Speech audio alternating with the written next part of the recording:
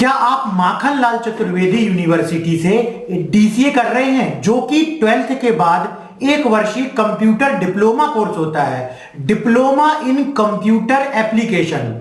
तो क्या आप ये कोर्स माखनलाल यूनिवर्सिटी से कर रहे हैं? आपके बहुत जल्द अब एग्जाम होने वाले हैं। जी हाँ, यदि आपने जुलाई में एडमिशन लिया है या जनवरी में एडमिशन लिया हुआ है तो आपके अब एग्जाम होने वाले हैं। माखनलाल चतुर्वेदी विश्वविद्यालय के डीसीए पीजी डीसीए के अब एग्जाम शुरू होने वाले हैं। क्या आपको डीसीए का सिलेबस समझ नहीं आ रहा है? जी हाँ, डीसीए में फर्स्ट सेमेस्टर और सेकेंड सेमेस्टर में अलग अलग थ्योरी और प्रैक्टिकल सब्जेक्ट हैं।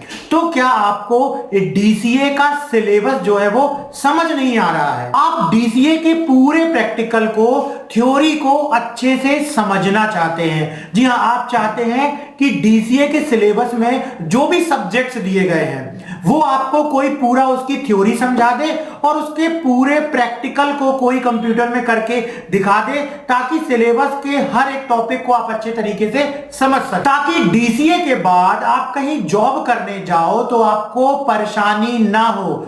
यदि आपने केवल डिप्लोमा कर लिया, आपने एग्जाम बस दे दिया, अब आपको प्रैक्टिकल का नॉलेज नहीं है, आपको सब्जेक्ट का नॉलेज नहीं है, जब आप कहीं डिप्लोमा लेकर के इंटरव्यू में जाते हैं या कहीं काम करने जाते हैं तो आपको वो चीजें मालूम ही नहीं होती जो सब्जेक्ट में दी गई होती हैं। और उन्हीं चीजों की जरूरत कहीं ना कहीं हमको आगे चल के अपने फ्यूचर में पड़ती है, जहां हम वर्क करते हैं या जहां हम इंटरव्यू देने जाते हैं। तो क्या आप चाहते हो कि आगे चल के आपको कोई भी प्रॉब्लम ना आए, आप इतने अच्छे तरीके से डीसीए के सिलेबस की थ्योरी और प्रैक्टिकल को समझ लो? इसके लिए आपको हम प्रोवाइड करवा रहे हैं अपने इंस्टीट्यूट का ऑनलाइन प्लेटफॉर्म, जिसका नाम है माय कंप्यूटर कोर्स। जी हाँ, इसके लिए आपको ना एक ऐप डाउनलोड करना है। यदि आप चाहते हो डीसीए की, माखनलाल चतुर्वेदी की कंप्लीट पढ़ाई करना, तो आप हमारे ऐप को डाउनलोड कर सकते हो, जिसका नाम है माय कंप्यूटर कोर्स ऐप। इस ऐप की लिंक वीडियो के डिस्क्रिप्शन में दी हुई है। आप इस ऐप को अपने मोबाइल पर सबसे पहले तो इंस्टॉल कर लीजिए। इंस्टॉल करने के बाद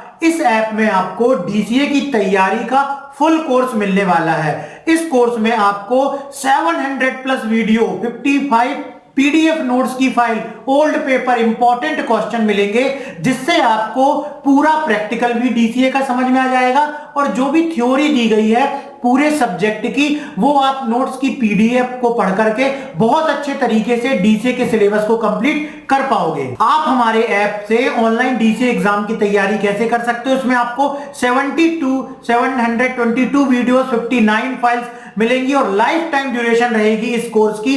आपके मोबाइल में आपने कहीं से डीसीए तो कर लिया, लेकिन वहां पर तो आप इंस्टीट्यूट जाएंगे नहीं। लेकिन यदि आप हमारा ये कोर्स लेते हैं तो इसके जो वीडियोस हैं, जो उसके रिकॉर्डेड लेक्चर है, वो आपके पास मोबाइल में लाइफ टाइम रहने वाले हैं। तो जब कभी आपको कहीं प्रैक्टिकल में दिक्कत आएगी, आप इन वीडियो को फिर से देख करके उस चीज को रिवाइज कर सकते हैं और उसमें परफेक्ट हो सकते हैं। यहां पर आपको डीसीए में सब्जेक्ट की थ्योरी मिलेगी, fundamental of computer, MS office पूरा प्रैक्टिकल करके सिखाया जाएगा, एमएस एक्सेस प्रैक्टिकल सब्जेक्ट है जिसके पूरे प्रैक्टिकल वीडियो मिलेंगे, इंटरनेट एंड ई कॉमर्स के बारे में पूरा सिलेबस है आपका, आईटी ट्रेंड एंड टेक्नोलॉजी आपको सिखाया जाएगा, मल्टीमीडिया विद कोरल ड्रा, इसी प्रकार से डीटीपी, फोटोशॉप और पेज मेकर। ये सारे सब्जेक्ट को 722 वीडियो में पूरा रिकॉर्डेड लेक्चर जो क्लास में पढ़ाया जाता है, उसी प्रकार से आपको डीसीए की तैयारी इन सारे सब्जेक्ट की वीडियो के माध्यम से करवाई जाएगी। अभी आप वीडियो के डिस्क्रिप्शन में आइए और ऐप डाउनलोड कीजिए, जिसका नाम है माय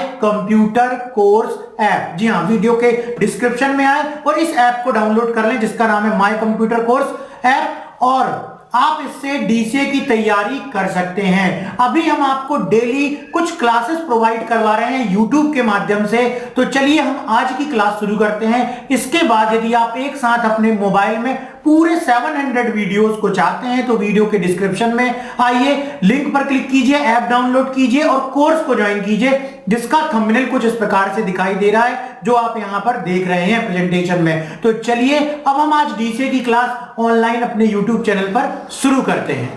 सॉफ्टवेयर की परिभाषा क्या हुई कि सॉफ्टवेयर कई प्रोग्रामों का समूह कहलाता है।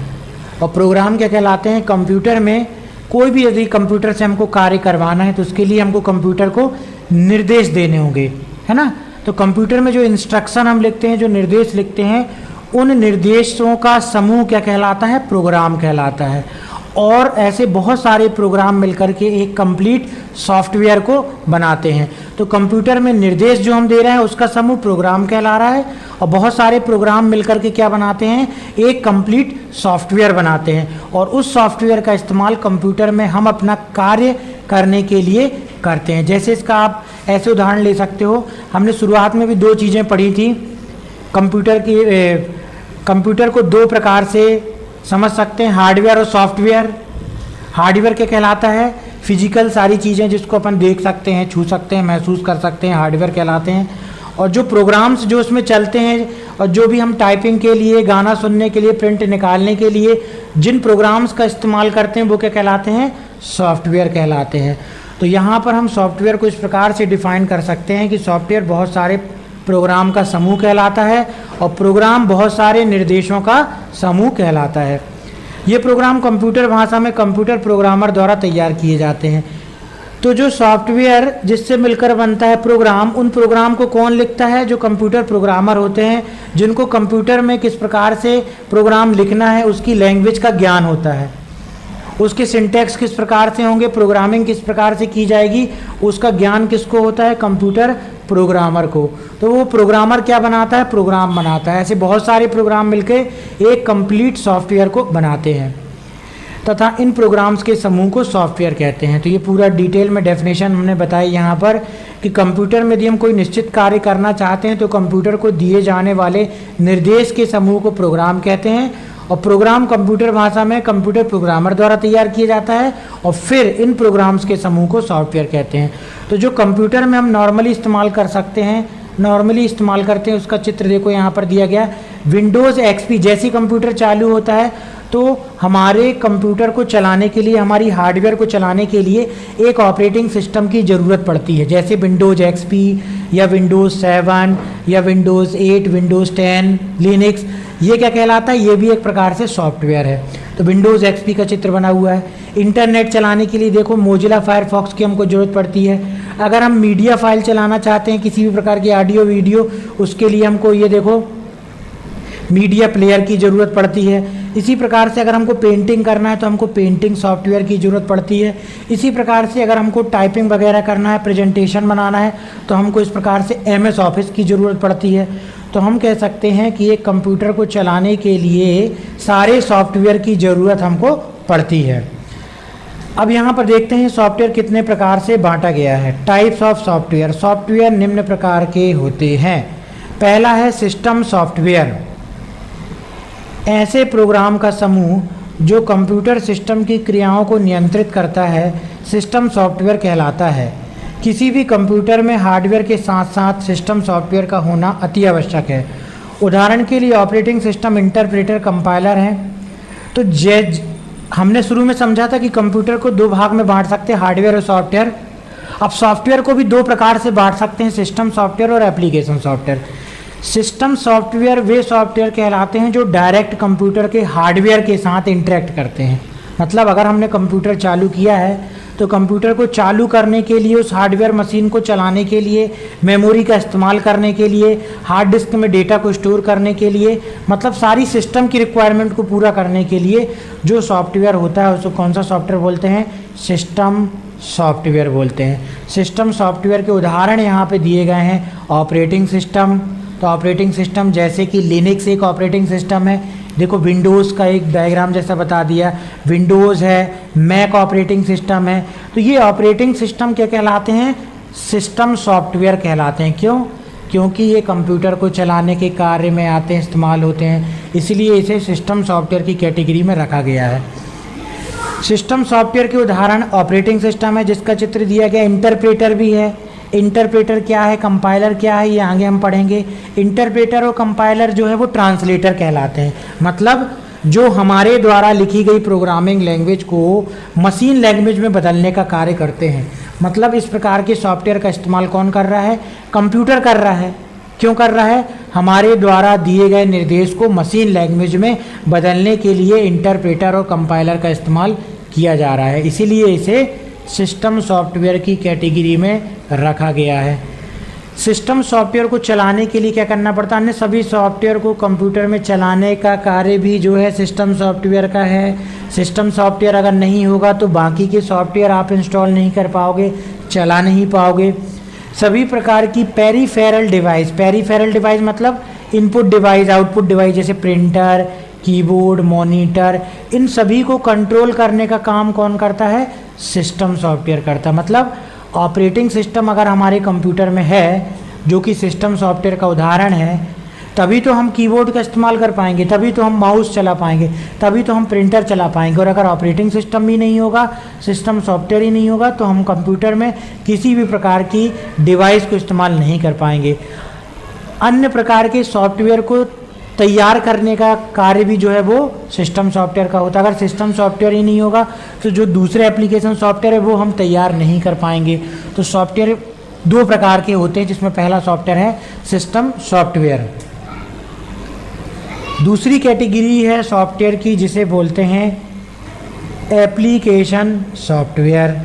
एप्लीकेशन सॉफ्टवेयर का प्रयोग कंप्यूटर द्वारा किसी निश्चित कार्य को कराने के लिए किया जाता है ना। तो कंप्यूटर में किसी विशेष कार्य को यदि आपको करना है तो उसके लिए जो सॉफ्टवेयर बनाया, जिसका उपयोग हम स्वयं करते हैं अपने कार्य को कंप्यूटर में आसान बनाने के लिए, जिन सॉफ्टवेयर का हम इस्तेमाल करते हैं वो कहलाते हैं एप्लीकेशन सॉफ्टवेयर। अभी सिस्टम सॉफ्टवेयर क्या कहलाता है, जिसका उपयोग सिस्टम करता है अपने हार्डवेयर को चलाने के लिए, कंट्रोल करने के लिए। और एप्लीकेशन सॉफ्टवेयर क्या कहलाता है, जिसका उपयोग जो है हम करते हैं अपने कार्य को आसान बनाने के लिए, उसे बोलते हैं एप्लीकेशन सॉफ्टवेयर। तो एप्लीकेशन सॉफ्टवेयर का प्रयोग कंप्यूटर द्वारा किसी निश्चित कार्य को कराने के लिए किया जाता है, जैसे आरक्षण, बही खाता, वेतन तालिका आदि बनाने के लिए। जो प्रोग्राम बनाकर हम कंप्यूटर को देते हैं वो सभी एप्लीकेशन सॉफ्टवेयर होते हैं। तो जितने भी प्रोग्राम आप कंप्यूटर में अपने लिए इस्तेमाल करते हो, जैसे नॉर्मल टाइपिंग वर्क के लिए, गाने सुनने के लिए, वीडियो देखने के लिए, इंटरनेट चलाने के लिए, वो सारे सॉफ्टवेयर किस कैटेगरी में आते हैं, एप्लीकेशन सॉफ्टवेयर की कैटेगरी में आते हैं। जैसे देखो उदाहरण कुछ के दिए गए हैं। सभी प्रकार के एमएस ऑफिस में इस्तेमाल होने वाले, जैसे Word, Excel, PowerPoint, MS Access, ये सारे क्या कहलाते हैं, हम इस्तेमाल करते हैं। एमएस वर्ड का इस्तेमाल नॉर्मल टाइपिंग वर्क करने के लिए, जो कि एक वर्ड प्रोसेसर सॉफ्टवेयर है। एक्सेल का इस्तेमाल डेटाबेस बनाने के लिए या रिकॉर्ड को रो और कॉलम में स्टोर करने के लिए किया जाता है। पावर पॉइंट का इस्तेमाल प्रेजेंटेशन बनाने के लिए। तो ये सारे क्या कहलाते हैं, एप्लीकेशन सॉफ्टवेयर कहलाते हैं। पेंट प्लस भी एक एप्लीकेशन सॉफ्टवेयर का इस्तेमाल का उदाहरण है। गूगल क्रोम भी, चूँकि हम इंटरनेट चलाने के लिए करते हैं, है ना। और आपका internet explorer, Mozilla Firefox, MS office, सभी क्या कहलाता है, सभी जो है एप्लीकेशन सॉफ्टवेयर के अंतर्गत आते हैं। तो सॉफ्टवेयर की कैटेगरी में दूसरा नाम था एप्लीकेशन सॉफ्टवेयर। सॉफ्टवेयर की तीसरी कैटेगरी है यूटिलिटी सॉफ्टवेयर। सॉफ्टवेयर तीन प्रकार के हो गए। एक हो गया आपका एप्लीकेशन सॉफ्टवेयर, दूसरा हो गया सिस्टम सॉफ्टवेयर, तीसरा हो गया आपका यूटिलिटी सॉफ्टवेयर। और सिस्टम सॉफ्टवेयर के कौन कौन से प्रकार होंगे और उसके बाद एप्लीकेशन सॉफ्टवेयर के अंतर्गत क्या क्या आएगा, उसके उदाहरण अभी हमने देख चुके हैं। अब तीसरा है यूटिलिटी सॉफ्टवेयर। तो यूटिलिटी सॉफ्टवेयर क्या कहलाता है, ऐसे प्रोग्राम जो कंप्यूटर सिस्टम और उसके विभिन्न भागों का रख रखाव और उनकी मरम्मत करते हैं, यूटिलिटी सॉफ्टवेयर कहलाते हैं। मतलब जब हम कंप्यूटर इस्तेमाल करते हैं तो कंप्यूटर को इस्तेमाल करने के लिए हमको तो छोटे छोटे सॉफ्टवेयर या हम बोल सकते हैं टूल्स दिए जाते हैं। ऑपरेटिंग सिस्टम के द्वारा जो छोटे छोटे हमको टूल्स दिए जाते हैं, जिसका इस्तेमाल हम कंप्यूटर का मेंटेनेंस करने के लिए कर सकते हैं, ऐसे प्रोग्राम को बोलते हैं यूटिलिटी सॉफ्टवेयर। जैसे डिस्क की मरम्मत करने के लिए यूटिलिटी प्रोग्राम को सर्विस प्रोग्राम भी कह सकते हैं। ये अन्य प्रोग्राम में संशोधन एवं नवीनीकरण का कार्य करते हैं, जैसे text editor, linker, loader, file manager आदि। ये देख सकते हो आप विंडोज़ में media player, recycle bin, search करने का फाइल एक्सप्लोरर, है ना, और मूवी मेकर। ये सारे छोटे छोटे टूल्स जो ऑपरेटिंग सिस्टम में आते हैं, जिसे हमें अलग से इंस्टॉल नहीं करना पड़ता, ऐसे सॉफ्टवेयर कहलाते हैं यूटिलिटी सॉफ्टवेयर, जिसका इस्तेमाल जो है वो किस लिए किया जाता है, कंप्यूटर में किसी भी प्रकार के मेंटेनेंस के लिए जिसका इस्तेमाल किया जाता है। तो ये सॉफ्टवेयर की तीसरी कैटेगरी थी, जिसका नाम है यूटिलिटी सॉफ्टवेयर। अगला क्वेश्चन दिया गया है, ट्रांसलेटर से आप क्या समझते हैं? ट्रांसलेटर प्रत्येक उच्च स्तरीय भाषा के प्रोग्राम को क्रियान्वित करने से पहले मशीनी भाषा में अनुवादित करना पड़ता है या ट्रांसलेट करना पड़ता है। इस कार्य के लिए ट्रांसलेटर प्रोग्राम होते हैं। तो ट्रांसलेटर भी एक प्रकार का सॉफ्टवेयर ही है, कोई ये हार्डवेयर या कोई मशीन नहीं है या कोई उपकरण नहीं है कंप्यूटर में लगा हुआ। ये क्या है? एक प्रकार का प्रोग्राम है जो आपके द्वारा लिखे गए निर्देश को, पिक्चर में आप समझ सकते हो। मान लीजिए हमने किसी प्रोग्रामिंग लैंग्वेज में कोई प्रोग्राम लिखा, अब कंप्यूटर उस इंस्ट्रक्शन को तो नहीं समझ सकता। जैसे फॉक्स प्रो में हमने कोई प्रोग्राम लिखा तो वो हम जनरल इंग्लिश लैंग्वेज में लिखते हैं, अपनी बोलचाल की भाषा में लिख देते हैं, या जैसे उसके सिंटैक्स है उसके अनुसार अपन प्रोग्राम लिखते हैं। तो वो प्रोग्राम क्या कहलाते हैं? Source program. तो बीच में जो ट्रांसलेटर प्रोग्राम होता है वो सोर्स प्रोग्राम को ट्रांसलेट करके बदल देता है किसमें? मशीन लैंग्वेज में या ऑब्जेक्ट प्रोग्राम में। तो ट्रांसलेटर का कार्य क्या है? आपके द्वारा लिखे गए प्रोग्राम को जो आप अपने समझने वाली भाषा में लिखते हो उसको किस में ट्रांसलेट कर देता है? ऑब्जेक्ट प्रोग्राम में या मशीन लैंग्वेज में, 0 या 1 के फॉर्म में, जिससे कंप्यूटर उसको आसानी से समझ सके। अब फिर से जो कंप्यूटर उसको प्रोसेस करता है और आउटपुट हमको दिखाता है, तो हमको तो 0 और 1 के फॉर्म में अगर आउटपुट दिखाएगा तो समझ में नहीं आएगा। तो ट्रांसलेटर क्या करता है? उस 0 और 1 के फॉर्म को लेता है और फिर से हमारे समझने वाले भाषा में हमको आउटपुट दिखाता है। ठीक है, तो सोर्स प्रोग्राम क्या कहलाया? जिसमें हमने प्रोग्रामिंग की, जिस निर्देश को हम कंप्यूटर में रन करना चाहते हैं उसे कहते हैं सोर्स प्रोग्राम। उसको ट्रांसलेट करता है ट्रांसलेटर, जो कि एक प्रोग्राम ही कहलाता है, एक सॉफ्टवेयर ही कहलाता है, और ट्रांसलेट करके क्या बना देता है? उसको मशीन लैंग्वेज या ऑब्जेक्ट प्रोग्राम उसे हम कह सकते हैं। तो ट्रांसलेटर बीच में इस प्रकार से इंटरमीडिएटर का कार्य करता है, बीच में ट्रांसलेट करने का कार्य करता है।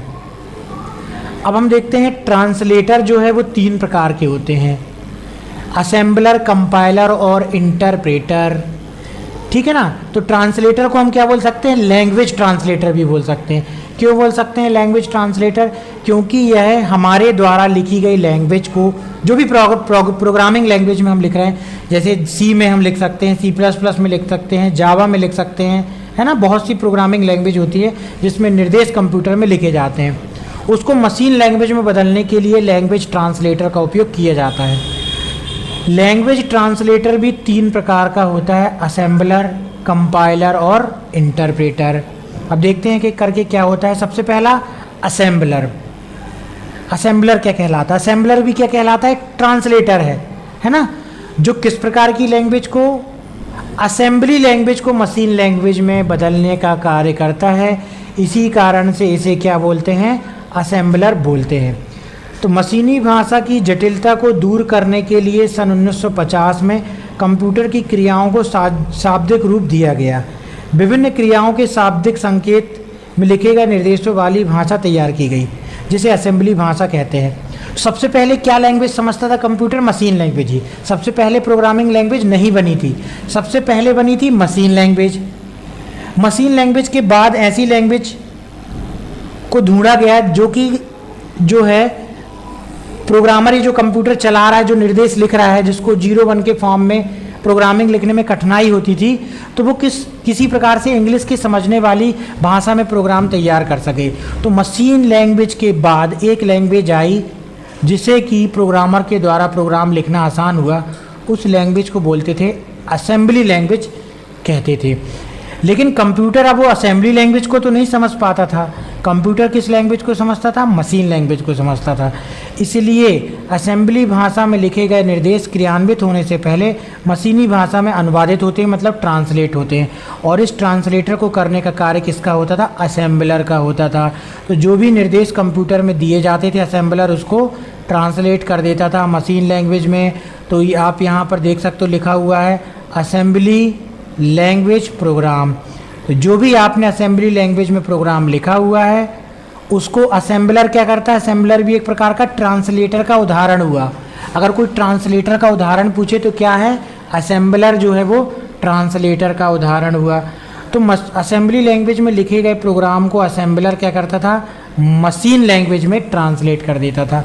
और मशीन लैंग्वेज में जब कंप्यूटर को निर्देश मिल जाते थे तो कंप्यूटर उसे आसानी से समझ सकता था और उसे एग्जीक्यूट कर सकता था। तो असेंबलर आया, ये भी एक प्रकार का ट्रांसलेटर है जो कि असेंबली लैंग्वेज को ट्रांसलेट करने का कार्य करता था। इसके बाद आया कंपाइलर। दूसरा ट्रांसलेटर का उदाहरण है कंपाइलर।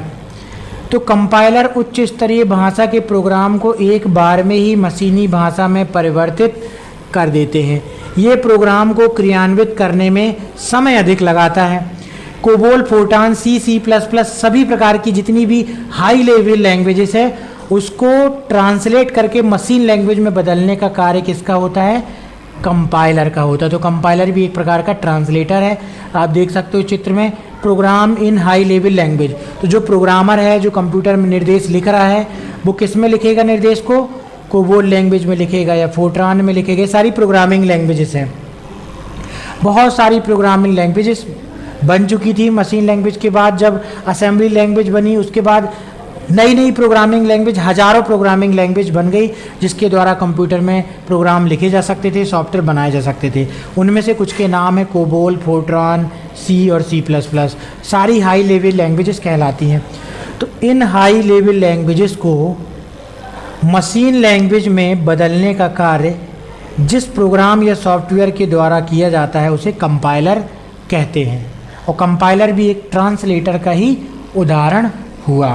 तो इस प्रकार से हम कह सकते हैं ट्रांसलेटर जो है वो दो प्रकार के यहाँ पर दिए गए हैं। एक हो गया आपका असेंबलर, जो असेंबली लैंग्वेज को मशीन लैंग्वेज में बदलने का कार्य करता है, और एक हो गया आपका कंपाइलर, जो क्या करता है? हाई लेवल लैंग्वेज में लिखे गए प्रोग्राम को, जैसे कि C++, इसमें लिखे गए प्रोग्राम को ट्रांसलेट करके मशीन लैंग्वेज में बदलने का कार्य करता है। उसे कौन सा ट्रांसलेटर बोलते हैं? कंपाइलर बोलते हैं।